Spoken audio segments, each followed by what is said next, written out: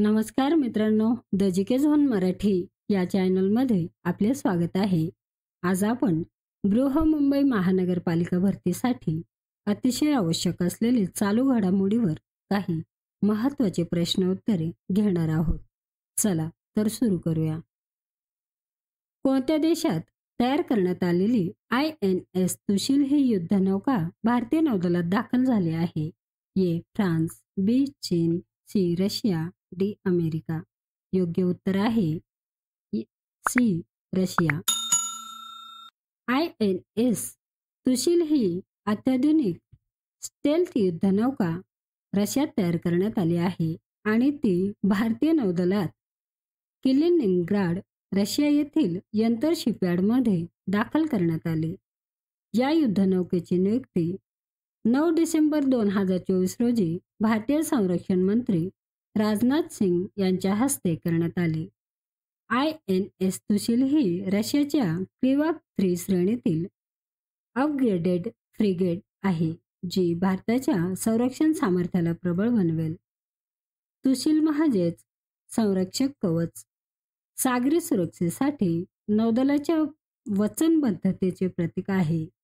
हे जहाज 125 मीटर लांब आहे, 3900 टन विस्थापित करते.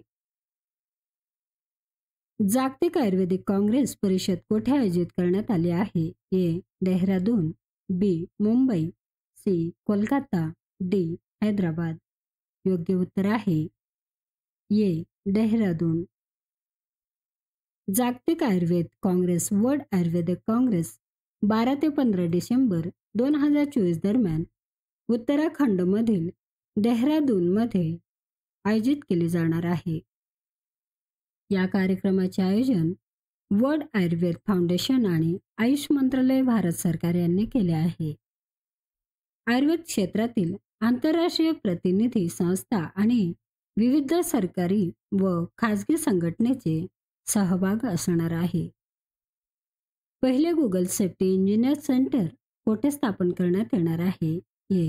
हैदराबाद, बी. बंगळुरू, सी. पुणे, डी. मुंबई. योग्य उत्तर आहे ए. हैदराबाद. पहिले गुगल सेफ्टी इंजिनिअरिंग सेंटर भारतात हैदराबाद येथे स्थापन करण्यात येणार आहे. हे केंद्र विशेषतः सायबर सुरक्षा, डेटा गोपनीयता आणि सुरक्षितता क्षेत्रातील संशोधन व विकासासाठी कार्य करणार आहे. हे केंद्र भारतातील डिजिटल सुरक्षा मजबूत करण्यासाठी महत्त्वाची भूमिका बजावेल. केंद्र सरकारने RBIच्या गव्हर्नरपदी कोणाची नियुक्ती केली आहे? ए. पंकज तिवारी, बी. रजत गुप्ता, सी. राजेश कुमार, डी. संजय मल्होत्रा. योग्य उत्तर आहे डी. संजय मल्होत्रा. संजय मल्होत्रा यांना भारतीय रिझर्व्ह बँकेचे 26वे गव्हर्नर म्हणून नियुक्त करण्यात आले. ते शक्तिकांत दास यांच्या जागी येत आहेत. दास यांचा कार्यकाळ 10 डिसेंबर 2024 रोजी संपला. अर्थ मंत्रालयातील महत्त्वाची भूमिका. सध्या ते अर्थ मंत्रालयात सचिव महसूल आहेत. यापूर्वी त्यांनी भारत सरकारच्या वित्त मंत्रालयाच्या अंतर्गत वित्तीय सेवा विभागात सचिवपद भूषवले होते. LICच्या विमा सखी योजनेचे शुभारंभ कोणत्या ठिकाणावरून करण्यात आला आहे? ए. प्रयागराज, बी. अयोध्या, सी. वाराणसी, डी. पानिपत. योग्य उत्तर आहे डी. पानिपत. LICच्या विमा सखी योजनेचा शुभारंभ 9 डिसेंबर 2024 रोजी पंतप्रधान नरेंद्र मोदी यांच्या हस्ते हरियाणाच्या पानिपत येथून करण्यात आला. ही योजना ग्रामीण महिलांना आर्थिक सक्षमता प्रदान करण्यासाठी राबविण्यात आली आहे, ज्यामध्ये महिलांना विमा एजंट म्हणून प्रशिक्षण व रोजगार संधी दिल्या जातील. योजनेअंतर्गत महिलांना मासिक वेतनासह अतिरिक्त प्रोत्साहन रक्कमही दिली जाईल. ऊर्जा कार्यक्षम उपकरणांना प्रोत्साहन देण्यासाठी कोणत्या राज्य सरकारने अलीकडेच ऊर्जावीर योजना सुरू केली? ए. कर्नाटक, बी. महाराष्ट्र, सी. गुजरात, डी. आंध्र प्रदेश. योग्य उत्तर आहे डी. आंध्र प्रदेश. आंध्र प्रदेशचे मुख्यमंत्री चंद्रबाबू नायडू यांनी ऊर्जा कार्यक्षमतेला चालना देण्यासाठी एपी ऊर्जावीर योजना सुरू केली. या उपक्रमाचा उद्देश तळागाळातील ऊर्जा संवर्धनाला जीवनशैली बनवण्याचा आहे. ESL आणि आंध्र प्रदेश महिला विकास आणि बाल कल्याण विभागासोबत संयुक्तपणे राष्ट्रीय कार्यक्षम स्वयंपाक कार्यक्रम NSAP चालवतील. खालीलपैकी कोण ग्रँडमास्टरला पराभूत करणारा सर्वात युवा भारतीय बुद्धिबळपटू ठरला आहे? ए. आर्यन खान, बी. आरित कपिल, सी. यश जाधव, डी. गुकेश. योग्य उत्तर आहे बी. Aarit Kapil.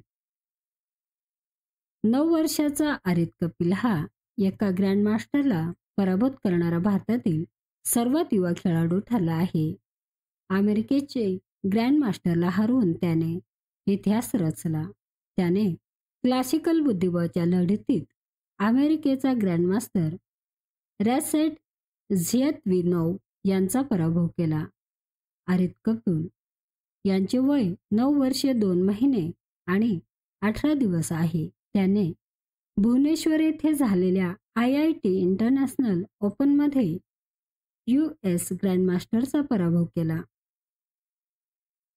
Rising Rajasthan global investment summit 2024 कुठे आयोजित करण्यात आली होती? ए. जोधपूर, बी. उदयपूर, सी. जयपूर, डी. जैसलमेर. योग्य उत्तर आहे सी.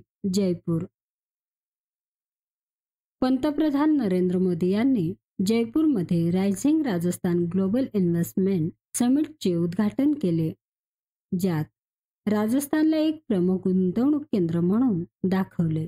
समृद्ध संसाधने, वारसा आणि कुशल तरुणांसह राजस्थान पायाभूत सुविधा उत्पादन आणि पर्यटन क्षेत्रात संधी देते. राजस्थान निर्यातीत 84,000 कोटीचे योगदान देते. ई-व्हिसा उडान योजना आणि हेरिटेज टुरिझम यासारख्या उपक्रमांनी राजस्थानला गुंतवणुकीचे एक दोलायमान स्थान बनले आहे. इंडिया इंटरनेट गव्हर्नन्स फोरम 2024 ची थीम काय आहे? भारताच्या समीकरणासाठी टेकडेचा लाभ घेणे, बी. भारतासाठी इंटरनेट गव्हर्नन्समध्ये नाविन्य आणणे, सी. भारताचा डिजिटल अजेंडा कॅलिब्रेट करणे, डी. डिजिटल इंडियासाठी सर्वसमावेशक इंटरनेट. योग्य उत्तर आहे बी. भारतासाठी इंटरनेट गव्हर्नन्समध्ये नाविन्य आणणे. इंडिया इंटरनेट गव्हर्नन्स फोरम 2024 9/10/2024 रोजी भारत मंडपम नवी दिल्ली येथे आयोजित करण्यात आला होता. इनोव्हेटिंग इंटरनेट गव्हर्नन्स फॉर इंडिया या थीम अंतर्गत डिजिटल डिवाइड, विश्वास, सुरक्षितता आणि प्रगत तंत्रज्ञान यावर भर देण्यात आला. हे फोरम सुरक्षित आणि प्रवेशयोग्य डिजिटल भविष्यासाठी सहयोगी धोरणनिर्मितीवर भर देतो. नार्कोटिक्स ड्रग्ज आयोगाच्या 68व्या सत्राच्या अध्यक्षपदासाठी कोणत्या देशाची निवड करण्यात आली आहे? ए. ऑस्ट्रेलिया, बी. भारत, सी. Russia, D. चीन. योग्य उत्तर आहे बी. भारत. UNच्या नार्कोटिक ड्रग्ज आयोगाच्या 68व्या सत्राच्या अध्यक्षपदासाठी भारताची निवड करण्यात आली आहे. CND ही UN अंतर्गत जागतिक औषध संबंधित समस्यांसाठी मुख्य धोरण निर्धारण संस्था आहे. हे जागतिक औषध ट्रेंडचे निरीक्षण करते, संतुलित धोरण बनवण्यासाठी समर्थन देते आणि प्रमुख औषध अधिवेशनांवर देखरेख करते. मित्रांनो, चॅनल आवडला असेल तर प्लीज नक्कीच सबस्क्राईब करा, व्हिडिओ लाईक करा. धन्यवाद.